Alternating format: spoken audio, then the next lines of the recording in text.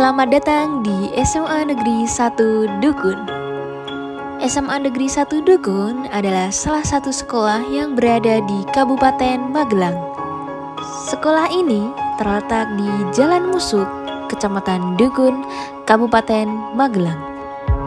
Dalam beberapa menit ke depan, video ini akan menampilkan proses pembelajaran di kelas dengan model problem-based learning dengan menggunakan kurikulum 2013.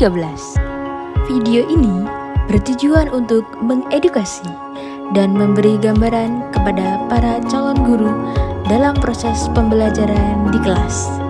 Dan tujuan utama video ini adalah memenuhi tugas akhir praktek kependidikan Universitas Negeri Yogyakarta.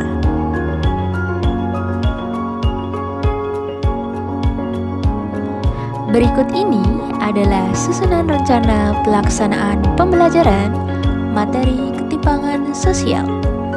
Di pertemuan kali ini akan menggunakan media pembelajaran mind mapping dengan membentuk kelompok diskusi, mencari contoh kasus di masyarakat, serta memecahkan masalah dengan memberikan solusi. Untuk selanjutnya, silahkan menyimak video pembelajaran berikut ini.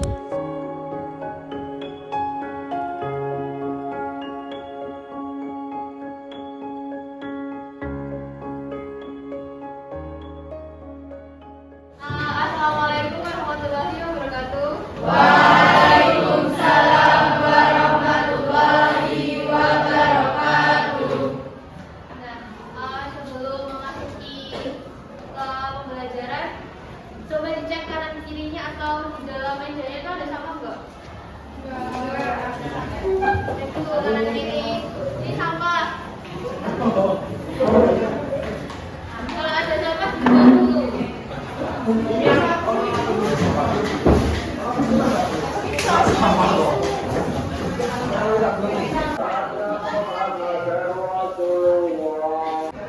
Nah, sekarang hari ini mata pelajarannya sosiologi. Nah, hari ini ada yang nggak masuk? Ada.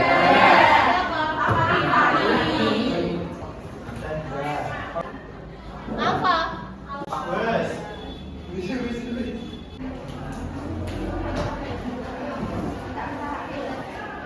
Nah, kemarin kita materinya sampai apa? Ketimpangan sosial. Nah, kemarin kan kita udah bahas tentang pengertian, definisi, faktor, psikologi teori, dampak. Nah, ada yang masih ingat nggak definisi ketimpangan sosial itu apa? Ketimpangan sosial.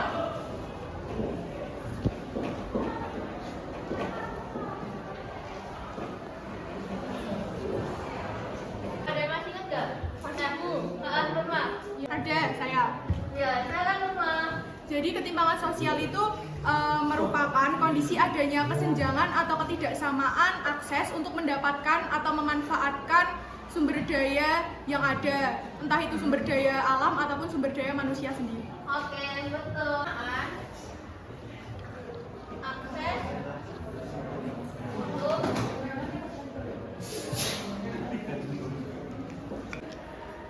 ini adalah definisi. Kedua adalah faktor. Nah, ada yang masih ingat nggak faktor-faktor ketimpangan sosial? Ketimpangan sosial adalah yang pertama, ketidaksiapan menerima perubahan. Yang kedua, kebijakan pembangunan yang kurang tepat. Yang ketiga, tingkat pertumbuhan pembangunan yang tidak merata. 4. Institusi politik dan ekonomi yang cenderung eksklusif. 5. Adanya bias akibat globalisasi. Oke, terima kasih Arina. Jadi faktor ketimpangan sosial itu juga ada, kalau misal disimpulkan itu ada faktor intern dan faktor ekstern. Kalau faktor intern itu dari apa? Kalau ekstern luar. Nah, saya tahu nggak kalau contoh faktor ketimpangan sosial intern? Bu, izin menjawab. Iya, silakan.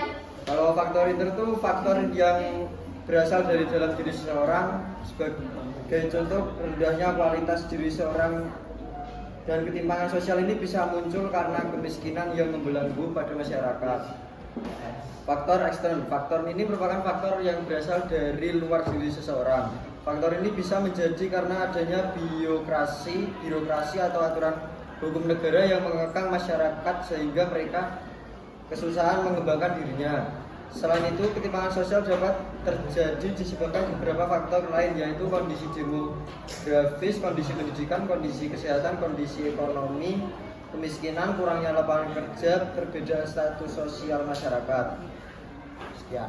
Terima kasih Bagas. Nah, jadi faktor ketimpangan sosial itu ada dua, ada yang intern dan eksternal. Kalau intern itu dari dalam, berarti dari diri sendiri.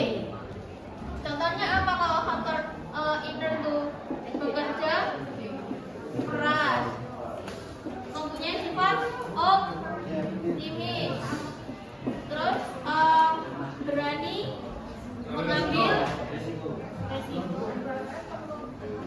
resiko. Nah, kalau yang dari luar berarti faktor yang dari alam atau dari non alam. Yang pertama ada perbedaan sumber daya alam. Contohnya apa? Desa dan kota. Nah, yang kedua adalah kebijakan pemerintah. Contohnya apa? Kalau sekarang ini BBM naik. Dampaknya banyak banget loh BBM naik tuh. Seperti kita sudah mengevaluasi materi yang kemarin, jadi kalian sudah punya gambaran tentang apa aja definisi faktor dan dampak. Berarti kan tadi ada dampak.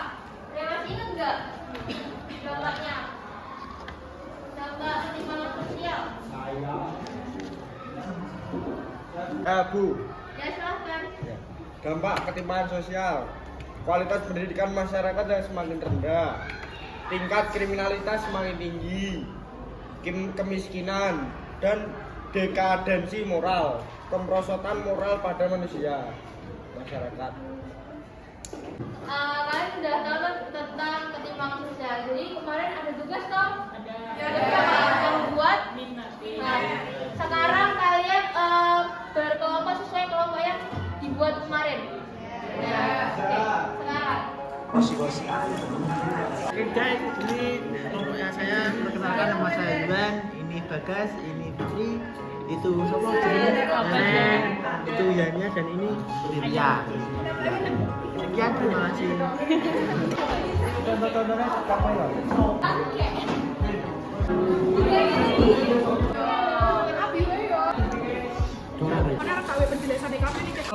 Dananya itu loh Bu, menguras dompet.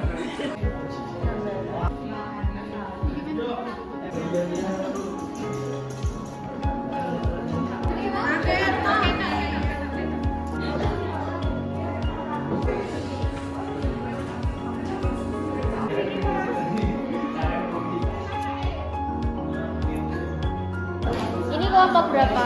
Kelompok 1. Kelompok 1 temanya? Temanya universe atau ini yang dibahas apa aja? Definisi, faktor penyebab, terus dampak, teori, sama nanti ada contoh kasus dan solusinya.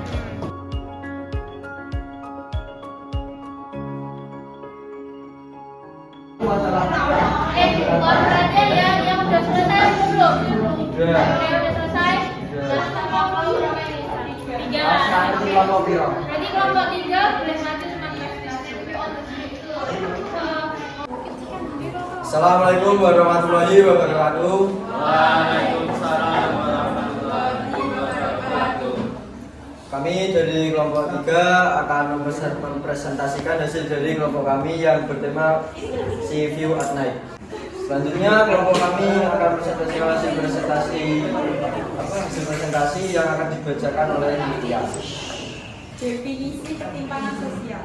Ketimpangan sosial dapat diartikan sebagai kesenjangan atau ketidaksamaan akses untuk mendapatkan atau memanfaatkan sumber daya yang tersedia seperti sandang, papan, pangan, kesehatan, dan pendidikan. Yang kedua, definisi ketimpangan sosial menurut beberapa tokoh. Yang pertama, menurut William Ogden yang mendefinisikan ketimpangan sosial sebagai perubahan sosial yang melibatkan unsur-unsur dalam masyarakat yang saling berhubungan antara satu dengan yang lain. Yang kedua, menurut Andrew Chayadhu mendefinisikan ketimpangan sosial sebagai buah dari pembangunan yang berfokus pada ekonomi dan melupakan aspek sosial. Faktor ketimpangan sosial ada dua, yaitu faktor alam dan faktor non alam. Satu, faktor alam, perbedaan sumber daya alam. Dua, letak dan kondisi geografis. Faktor non alam, pengaruh globalisasi, kebijakan pemerintah, faktor internal individu, perbedaan kondisi demografi. Kemudian selanjutnya ada contoh ketimpangan sosial. Contohnya ketimpangan sosial di bidang pendidikan, yaitu seperti kesempatan kerja di perusahaan besar memiliki hanya milik seorang lulusan sarjana dibandingkan lulusan SMA ataupun bawahnya. Seperti di sini ada gambar perusahaan besar, kemudian ini lulusan sarjana, dan kemudian ini anak-anak SMA di bawahnya. Selanjutnya ada ketimpangan sosial di bidang pendidikan, dan mengapa dalam bidang pendidikan itu bisa terjadi ketimpangan sosial. Alasannya karena semakin tinggi seseorang mengenyam bangku pendidikan, maka akan semakin tinggi juga kesempatan mereka untuk mendapatkan lapangan pekerjaan dengan pendapatan yang lebih tinggi. Kemudian untuk ketimpangan sosial di bidang pendidikan itu memiliki beberapa faktor yang menyebabkan terjadinya ketimpangan sosial. Di antaranya ada pengaruh globalisasi, kemudian pembangunan infrastruktur pendidikan yang tidak merata, kemudian ada mahalnya biaya pendidikan setiap jenjangan, dan yang terakhir adanya ketersediaan tenaga pengajar yang tidak merata. Selanjutnya dampak yang akan disampaikan oleh Jania. Dampak dari ketimpangan pendidikan, yang pertama adalah rendahnya kualitas pendidikan di desa, yang kedua rendahnya kualitas sumber daya manusia, yang ketiga rendahnya kesempatan dalam mendapatkan pendidikan yang baik. Kemudian untuk upaya mengatasi ketimpangan sosial ini ada beberapa upayanya. Yang pertama adalah memperbaiki dan pemerataan kualitas pendidikan di daerah terpencil. Yang kedua, membuat kartu identitas pintar atau KIP untuk rakyat golongan ekonomi lemah. Dan yang ketiga adalah mengadakan sosialisasi kepada masyarakat bahwa pendidikan itu sangat penting. Sekian dari kelompok kami. Jika ada kata-kata yang kurang benar, mohon dimaafkan. Wassalamualaikum warahmatullahi wabarakatuh.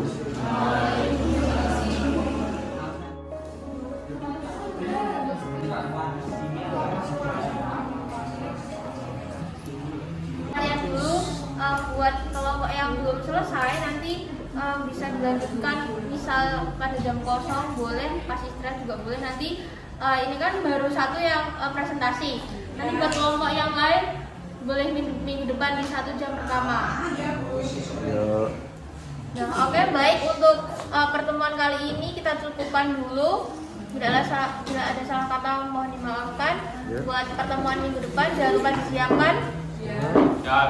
Sekian dari saya. Wassalamualaikum warahmatullahi wabarakatuh. Waalaikumsalam warahmatullahi wabarakatuh.